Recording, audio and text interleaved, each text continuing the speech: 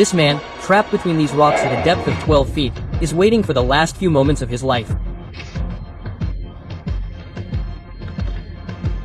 For the last 100 hours, he is sitting alone in Canyon Gland National Park of US, with his hand stuck under a 360-kilogram rock. There is no human being in this deserted valley who can hear his cries, and neither does he have any other means to call for help.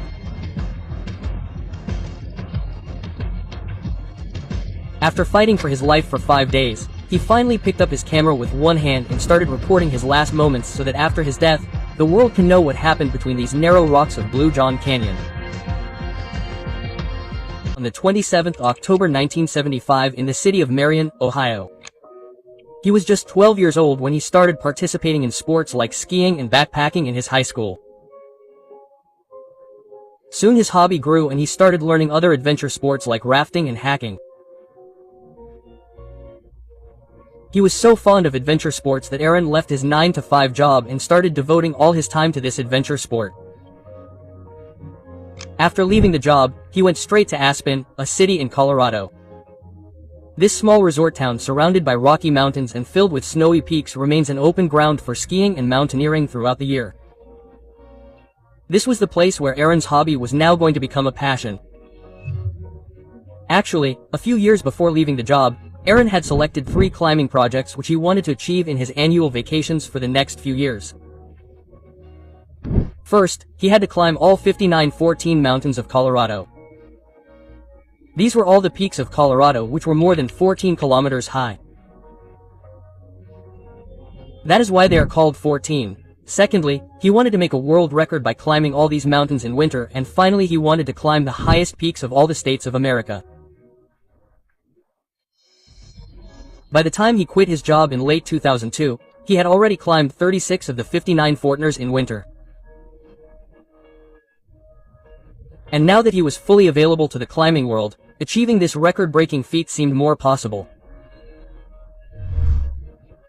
After quitting his job, he went on several dangerous hiking trips with his friends, and once he even came back from the jaws of death. Because of his habit of playing with danger, his friends often refused to go with him.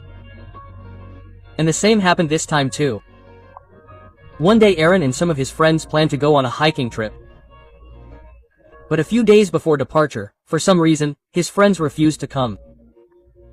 Aaron did not intend to go on this trip alone. That is why he thought of going somewhere else in this free time. He decided that he would go to Utah. But where to go in Utah was not decided yet. Usually whenever Aaron went somewhere alone, his roommates would know his whereabouts. But this time, he himself did not know where he would go in Utah. That is why he told only this much to his friends. While traveling on the way, he finally decided that he would go to Canyonlands National Park in Utah and climb in various unknown slot canyons there for the next 5 days. Slot canyons are actually narrow and deep valleys passing between high rocky mountains and plains. There are many such slot canyons in Canyonlands National Park. Every year about 8 lakh tourists visit here. But because this national park is spread over an area of thousands of square kilometers, that is why 95% of its areas remain completely deserted and desolate. The name of one such unknown canyon was Blue John Canyon. On Saturday, April 26, 2003, Aaron reached Canyonlands National Park at around 9 a.m. He parked his truck about 15 miles from Blue John Canyon on a dirt road and then hopped on his bicycle and headed for the canyon. Aaron packed just enough for one day, which included 2 burritos, 4 liters of water and some climbing gear, and then cycled briskly to the entrance of Blue John Canyon. From there, his hike began, and by about 2:30 in the afternoon, Aaron had gone 7 miles inside the canyon. After another 15 minutes, he began descending into the depths of the canyon. From above, the canyon looked about 11 to 12 feet deep. The sides were getting even more narrow, like a drain, and there were large rocks stuck between the walls. Aaron began descending very cautiously, stepping on the rocks one at a time. Next, he found a rock the size of a bus tire stuck. The plan was that Aaron would hang from this rock and jump to the canyon floor. Moving forward firmly, he grabbed the lower edge of the rock. But before he could put his full weight on it, he heard the sound of the rock sliding. He immediately understood that the rock was moving, and releasing his hand, jumped straight to the floor of the canyon.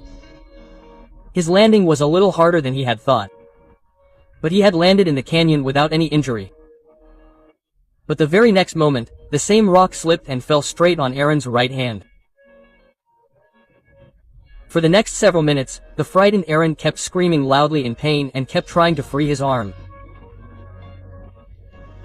But after some time, the truth started to dawn on him that this task was not so easy. To console himself a little, he quickly took out a bottle of water from his bag and drank a large part of the remaining 1 liter of water in 3 sips. But at that very moment he realized that he was going to be stuck here for who knows how long. Now he would have to use the remaining water carefully. After regaining his senses, Aaron started thinking of a way to free his arm, which had already turned blue due to the loss of blood circulation. If nothing was done soon, he might lose his arm. First of all, Aaron took out all his belongings and saw what things could help him get out of there.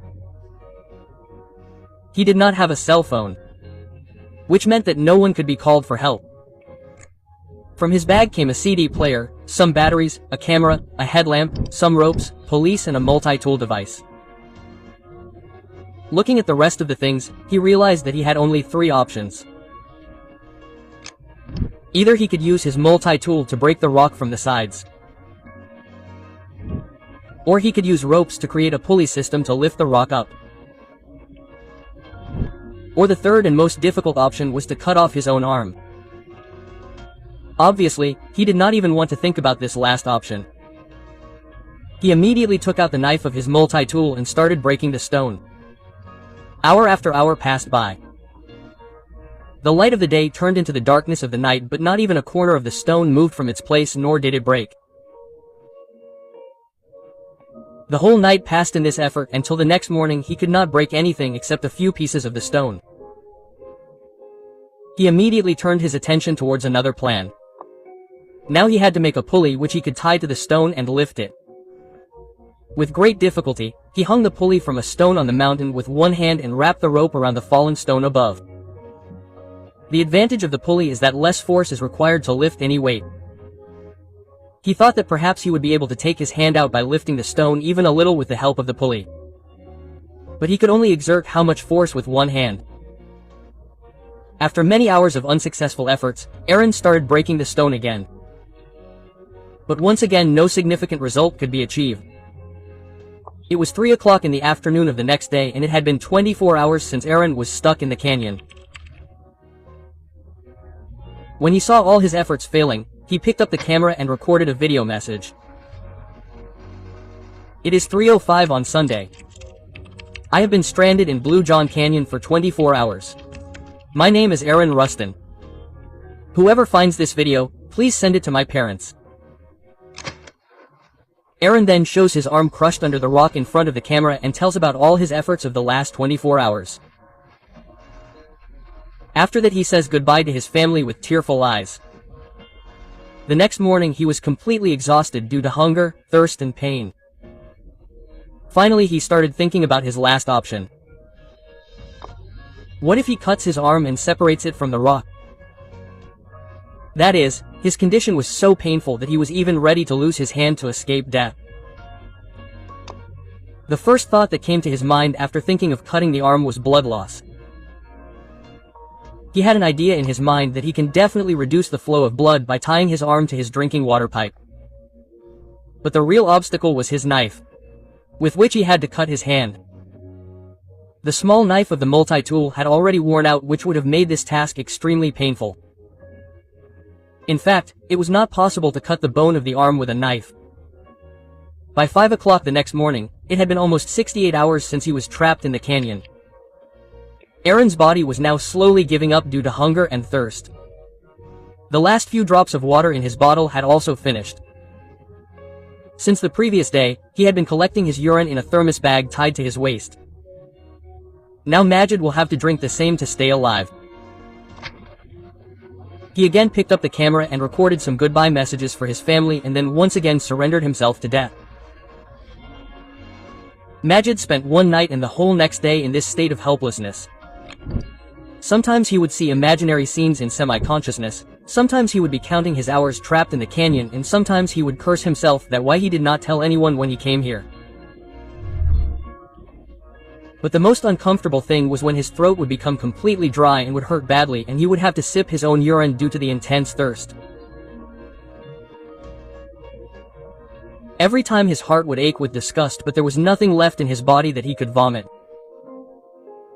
At 9 a.m. on the 1st of May, it had been 120 hours since Aaron was stuck in the canyon. Till now there was no hope of his arm being freed nor of any help arriving. He had been screaming loudly for the last 3 days hoping that someone would hear his voice. But it was impossible for the voice to come out of this canyon, and even if it did come out, who would hear his voice in this national park spread over thousands of square kilometers? Defeated, Aaron closed his eyes once again. But as soon as he got a wave of sleep, he saw a 3-year-old child coming towards him in his dream. Aaron knew that it was his son. Aaron went forward and tried to lift him in his lap. But he saw that his right arm was cut off. The same arm that was still buried under the stone. Aaron's eyes opened at this scene. Aaron did not have a son at that time. But he realized that he had seen his future in that dream. Perhaps this was a sign for him that he could still come back alive. Thinking this, Aaron's lifeless body suddenly came to life. By now his arm had completely melted. When Aaron inserted the knife in it, his skin would melt like hot butter and he could also hear the sound of gases coming out of the wound. This meant that now it was much easier to cut the flesh of the arm than before. But the bone was still strong. He had to cut this bone at any cost. Then a thought came to his mind. Till now he was only thinking of ways to cut the bone. But he could also break it. His arm was bent at a strange angle behind the stone and it was so high from the ground that he could stand straight. That is, if he tried to sit on the ground by putting pressure on the bone of his trapped arm, then the bone could break due to the torque. For the first time in the last 5 days, Aaron felt in his heart that now something can happen. Without wasting a moment, Majid did the same and finally broke the bone. Then he freed himself by cutting the rest of the arm with the same knife. But the trouble was not completely over yet. Before all his blood was drained, he had to get out of the canyon and reach his car several miles away. Tired and weak, Aaron finally got out of there by crossing the stones on the ups and downs of the canyon walls with the help of just one hand. A little further, he found a family who had come for the holidays. They gave food and water to Aaron and immediately called for help. After about 4 hours of cutting the arm and 127 hours of being trapped in the canyon, Aaron Rustin was finally rescued with the help of a helicopter. In the last 6 days and 5 nights of physical suffering, his weight had decreased by 40 pounds and blood by 25%. A few days later, a team of 13 people moved the 360 kilograms rock from its place using hydraulic jack and winch and removed Aaron's arm. 6 months after the accident, Aaron reached the same canyon with a TV crew on his 28th anniversary and narrated his entire story. But this was just the beginning. In the coming years, Aaron became a celebrity and also participated in many shows and events. His own book Between Rock and Hard Place was a bestseller in many countries. In 2010, a film was also made on his accident, which was named 127 Hours. The scene in the film where Aaron was shown cutting his arm made many people faint. In February 2020, his first son was also born, who came to save him in the most difficult moment of his life 7 years ago. Soon after his recovery, he resumed his plan to climb the 59 peaks, and in 2005 he became the first person to climb all those peaks alone in winter.